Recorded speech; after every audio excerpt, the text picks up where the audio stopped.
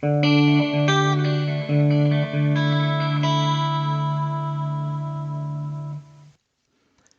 dans ce tuto, je vais vous parler de filtres pour filtrer les données. C'est un petit peu complémentaire avec un tuto que j'avais déjà fait sur comment trier des données. Donc, c'est comment les mettre dans un certain ordre. Là, on va plutôt essayer de n'afficher que certaines données qui nous intéressent. Donc là, par exemple, j'ai un tableau, un très gros tableau, puisque en fait c'est le tableau avec les codes postaux, code INSEE, coordonnées, longitude, latitude de toutes les communes de France. Donc on a 36 000 communes, ce qui représente encore plus que ça, puisqu'on a des lieux-dits, des communes avec des arrondissements comme Paris, des choses comme ça. Donc là, par exemple, si je vais tout en bas de mon tableau, voilà, j'ai 38 250 lignes. Vous voyez, c'est relativement gros. Et si je vais sur la droite, j'ai pas mal de colonnes puisque j'ai des coordonnées qui m'intéressaient. Donc vous voyez, je vais très loin. Mais c'est pas ça qui va nous intéresser. Donc on a besoin éventuellement de rechercher une ville ou des villes suivant certains critères pour aller retrouver leurs coordonnées. Et donc si on n'utilise pas les filtres, comment est-ce qu'on peut faire? On peut éventuellement les trier par ordre alphabétique, comme je disais tout à l'heure, j'ai fait un tuto et puis après descendre jusqu'à ce qu'on trouve la ligne qui nous intéresse. Bon, si on a 10 lignes ou 20 lignes dans un tableau, c'est super facile. Si dans un cas comme celui-là où on a plus de 38 000 lignes, c'est super fastidieux. Donc, on va utiliser les filtres. Alors, où est-ce que ça se trouve? Alors, on va aller dans l'onglet Data et on a cette icône-là, Filter, l'entonnoir, qui va être notre fameux filtre. À côté, on peut voir qu'on a un entonnoir avec des petites icônes à côté. Qui sont grisés. En effet, ils ne sont actifs que quand on a créé un filtre. Donc on les verra après. Donc ça c'est une chose. Et j'en profite également pour vous parler de ma barre d'accès rapide qui est tout en haut. Euh, Moi, comme j'utilise beaucoup les filtres, et je pense que beaucoup de gens utilisent aussi beaucoup les filtres, ces deux icônes-là, filtre et effacer le filtre, comme je m'en sers très souvent, je me le suis mis ici dans ma barre d'accès rapide.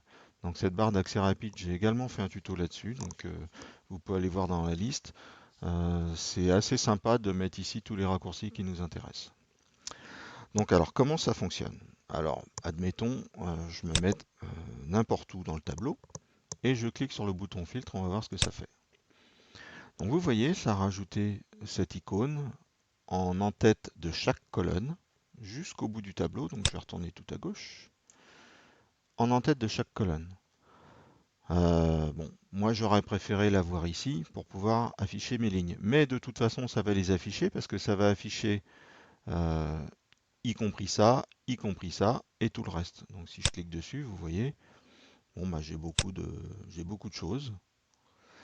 J'ai quand même ici un message qui me dit attention, tout n'est pas montré. Pourquoi? Alors si je clique dessus, ça va me le dire. En fait, dans mon filtre ici, il ne peut afficher que 10 000 informations. Mon tableau en faisant plus de 38 000, effectivement, il ne peut pas tout montrer. Donc bon, voilà. Alors moi ici, ça ne me plaît pas bien. Bon, ce que j'aurais voulu, c'était que ça soit sur cette ligne-là. Donc comme j'ai affiché les filtres en cliquant sur le bouton, si je réappuie dessus, pouf, ils disparaissent. Donc si je dis que je veux que ça soit sur cette ligne-là, je peux sélectionner la ligne, je clique sur le bouton filtre, et vous voyez, ça me l'a mis sur ma ligne, ça en a rajouté même un petit peu derrière. J'avoue que je ne sais pas pourquoi, ça le fait toujours. Donc c'est assez bizarre. Pourtant, je n'ai pas de données du tout dans ces colonnes-là. Mais bon, pourquoi pas. Et par contre, là, ça me l'a bien mis où je voulais. Maintenant, j'ai pas forcément besoin que toutes les colonnes soient filtrées. Je peux filtrer que sur certaines colonnes. Donc à nouveau, je vais supprimer mon filtre. Et je vais dire, par exemple, je vais sélectionner juste ces 5 colonnes-là. Et je veux avoir les filtres que sur ces colonnes-là. Donc je les ai sélectionnées. Je clique sur le bouton filtre et vous voyez, il n'y a que ces colonnes-là qui en ont, les autres n'en ont pas. Donc ça, c'est la première chose à faire, c'est d'afficher un filtre. Alors là, le filtre, pour l'instant, il fait rien. Il est juste, il me donne la possibilité de chercher quelque chose. Donc on a cette petite icône par défaut pour dire, là, j'ai un filtre que je peux utiliser. je n'ai pas filtré les données, je peux l'utiliser. Alors, quand on clique sur le bouton, on voit nos villes ici, donc je pouvais éventuellement tout désélectionner ou tout sélectionner. Donc je décoche. Aller en choisir une qui m'intéresse. Je ne sais pas, je ne connais pas cette ville-là. Je la coche et je fais OK. Ça va m'afficher que cette ville-là. Et puis vous voyez, du coup, l'icône, c'est plus un petit triangle. J'ai juste à côté mon entonnoir. Donc ça, c'est un signe que j'ai un filtre dans cette colonne-là. Quelquefois, on peut en mettre dans plusieurs colonnes et on finit par plus trop savoir si on en a. Donc c'est vraiment cette icône-là qui nous fait dire j'ai un filtre. Si je veux supprimer le filtre, comme je disais, on a le clear ici. J'ai le clear que j'ai mis moi aussi dans ma barre d'accès rapide. Ou quand on est ici, on l'a également ici. Vous voyez, moi je l'ai à 3 endroits. Si vous n'avez pas dans la barre d'accès rapide, vous l'avez qu'en 2 endroits. Donc si je fais clear, je me retrouve avec toutes mes villes et l'icône redevient sans entonnoir. Donc ça, c'était la chose la plus basique. Maintenant, on peut vouloir rechercher une ville en particulier ou des villes contenant un certain nom, une certaine série de caractères. Voilà, si on était dans les codes postaux, on pouvait chercher que les codes postaux d'un département. Voilà, on peut faire ce genre de choses. Donc là, derrière, on peut taper soit à la volée dans ce champ-là. Donc je vais taper par exemple Paris. Et ça va me chercher tout ce qui contient Paris. Si je fais OK, donc vous voyez, j'ai ma petite icône qui a changé. Et ça, voilà, et là, il y a Parisais, donc il y a Paris dedans. Dans Paris, j'ai Paris tout court, évidemment. Euh, j'ai tout ce qui contient Paris. Donc ça, c'est une manière de filtrer. C'est souvent celle qu'on utilise, c'est la plus rapide euh, et c'est la plus simple. Maintenant, ça permet de, pour l'instant de filtrer qu'une seule chose et ça donne un éventail relativement large. Euh, j'ai peut-être des fois trop de lignes qui ne m'intéresseront pas, donc on va voir comment filtrer un petit peu plus précisément. Euh, pour ceux qui connaissent déjà un petit peu les filtres, je vous conseille quand même d'aller jusqu'au bout de ce tuto parce qu'il y a des astuces à la fin que moi-même je ne connaissais pas il y a encore quelques jours, qui sont pourtant très simples et puis qui vous simplifient la vie vraiment énormément. C'était une parenthèse. Donc je peux effacer mon filtre ici, ou si je sélectionne tout, c'est comme si je l'avais effacé. Maintenant, on a ici quelque chose qui s'appelle Text Filter, qui permet de rajouter des conditions dans notre filtre. Donc on a égal, le contraire d'égal, donc n'égale pas. Ma chaîne de caractères commence par ou finit par. Ma chaîne de caractères contient. Donc contient, en fait, c'est comme si je tapais ici. Puisque vous avez vu, quand j'ai tapé Paris, indifféremment, ça m'a sorti tout ce qui contenait Paris.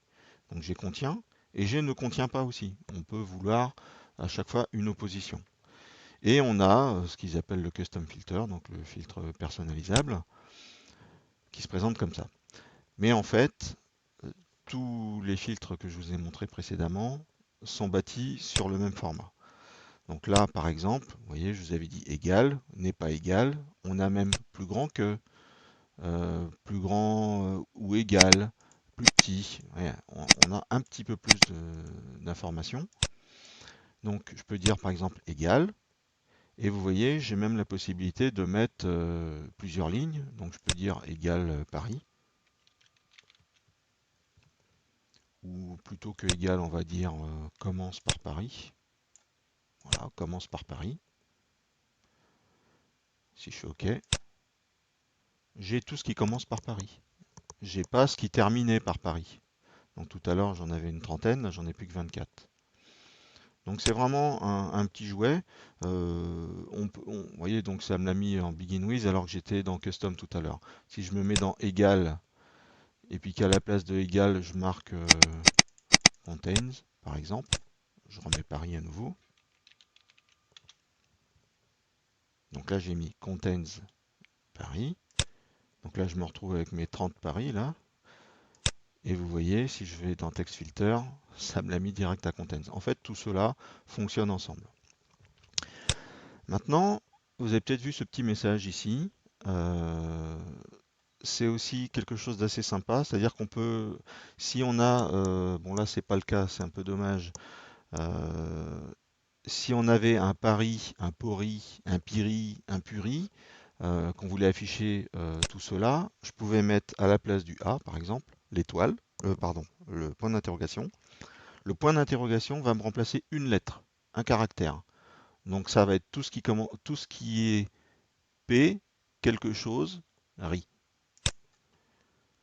Bon, voilà. Ça me ressort la même chose, hein. Ah non, tiens d'ailleurs, j'en ai un de plus puisque j'ai 31. Paris, Paris, Paris. Ah non, j'avais 31 tout à l'heure. Paris. Ah non, voilà. Périssac. Donc, le Périssac ne s'affichait pas tout à l'heure quand je marquais contient Paris. Et là, ben, cette lettre-là a été remplacée par le point d'interrogation. Et effectivement, j'ai Périssac en plus. On va refaire la manip arrière. Si je remets Paris, effectivement, j'en ai plus que 30 et j'ai plus le Périssac. Donc c'était l'intérêt du point d'interrogation.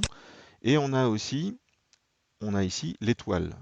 Donc l'étoile, ça veut dire, si je le mets là derrière, ça va me dire, alors je vais plutôt recommencer par égal. Donc je veux quelque chose qui soit égal à, qui commence par Paris, et derrière qui est ce qu'on veut, n'importe quoi. Donc si je fais OK, vous voyez, je commence que par Paris, et derrière il y a quelque chose ou pas. J'aurais pu faire le contraire. Donc à ce moment-là, dans les textes, je pouvais même carrément dire je veux terminer par Paris, auquel cas on peut même se passer de l'astérix. Si je fais OK, effectivement, Dame Paris, Paris, ça finit par Paris. Donc ça, tout ça, c'est très bien. Maintenant, vous avez vu qu'à chaque fois que je fais un filtre, en fait, ça m'écrase le filtre précédent. Et c'est là l'astuce qu'on m'a montré il n'y a pas très longtemps. Et je bénis encore la personne qui me l'a montré parce que c'est vraiment super utile. Donc on va dire par exemple que je suis intéressé par des villes, donc je vire mon filtre, et par une ville qui s'appelle par exemple Muneville, très connue de peu de gens, mais au moins connue de moi. Donc vous voyez, ça m'en affiche deux, je fais OK. Et puis une autre ville qui s'appelle Bréal, qui est à côté de Muneville. Bréal, donc ça me l'affiche. D'ailleurs à ce sujet-là, regardez si j'enlève le et que je mets un E, il ne trouve pas. Donc il faut bien faire attention si vous avez des accents. Ça prend en compte les accents. Ça ne tient pas compte des majuscules ou des minuscules, mais ça tient compte des accents. Donc Bréal. Donc là j'avais Muneville sur mon tableau. Je filtre sur Bréal. Pof, j'ai plus Muneville, j'ai Bréal. Ça m'embête un peu, j'aurais bien voulu voir les deux. Donc tout à l'heure on avait vu que dans nos filtres, text filter par exemple equal, on pouvait mettre deux conditions. Donc j'aurais pu mettre euh, contains Bréal ou contains contient une ville. Auquel cas, il va m'afficher Bréal et Muneville. Il m'affiche les deux. Ok, sauf que je suis limité à deux villes. Donc si j'efface mon filtre, pour vous faire la démo complète, je vais en afficher 3, 4, 5, 10 si je veux. Donc je tape ma recherche, je tape Bréal, il me le montre, je lui dis OK. Bon, jusque-là, rien de nouveau. Je vais chercher Muneville, toujours pareil. Il me montre ces deux-là. Et vous voyez qu'ici, j'ai une case qui s'est ajoutée qui n'existait pas avant, qui s'appelle Add Current Selection to Filter. C'est-à-dire que je vais rajouter cette sélection-là à mon filtre actuel. C'est-à-dire mon filtre actuel, c'est Bréal. Si je le coche, je fais OK, je me retrouve avec Bréal et Muneville. Donc ça, c'est intéressant. Je vais en rajouter une autre, puisque là, on pouvait faire la même chose ici. Je vais en rajouter une autre. Je veux dire, tiens, tout ce qui finit par Paris.